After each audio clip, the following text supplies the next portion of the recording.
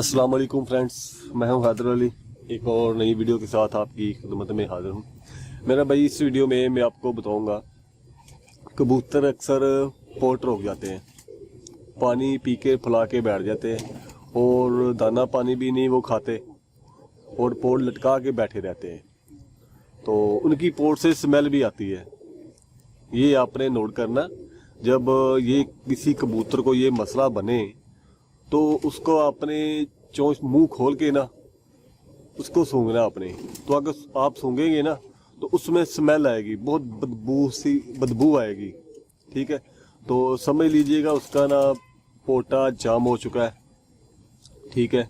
वो पोटे में पानी भरा हुआ है, जो उससे दाना पानी खाया हुआ था वो उसके अंदर जम गया है, वो हजम नहीं हुआ, तो जिसकी वजह से ये बदबू आ रही है।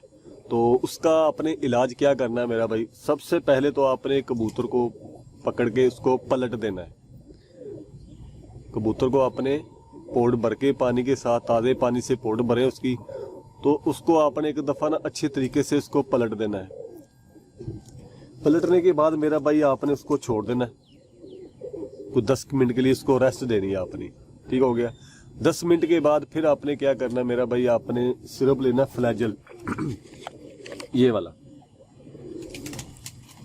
ये सिरप लेना अपने फ्लैजल, और आधी सीसी आपने ये सिरप लेना है।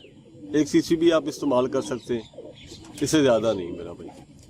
आधी सीसी आप सिरप ले लें और 4 से 5 सीसी आपने सादा पानी लेना, आपने बिल्कुल सादा पानी।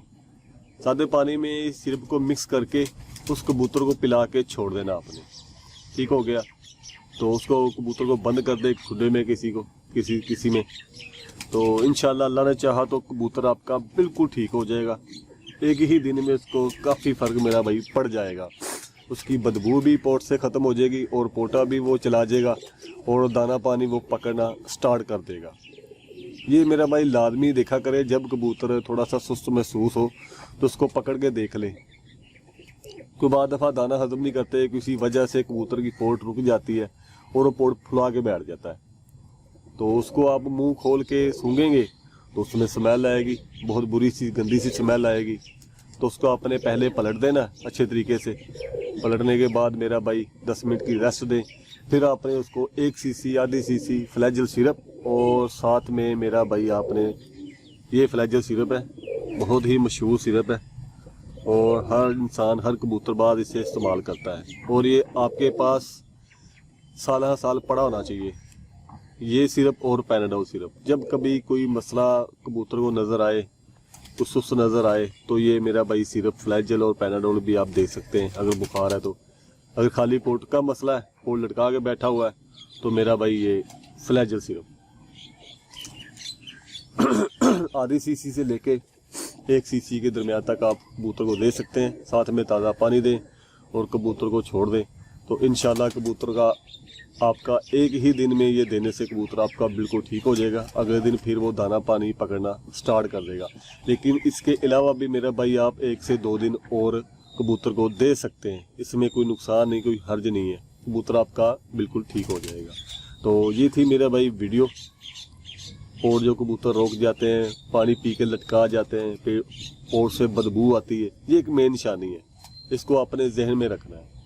तो उसका मेरा भाई ये इलाज है। तो जब कभी ये मसला बने, गर्मी में भी मसला बन जाता है, सर्दी में भी मसला बन जाता है, तो ये ट्रीटमेंट करें, इंशाल्लाह ताला आपका कबूतर बिल्कुल ठीक हो जाएगा। तो ये थी मेरा भाई वीडियो अगर अच्छी लगी तो वीडियो को लाइक करें, शेयर करें और साथ में चैनल को भी सब्सक्राइब कर दें।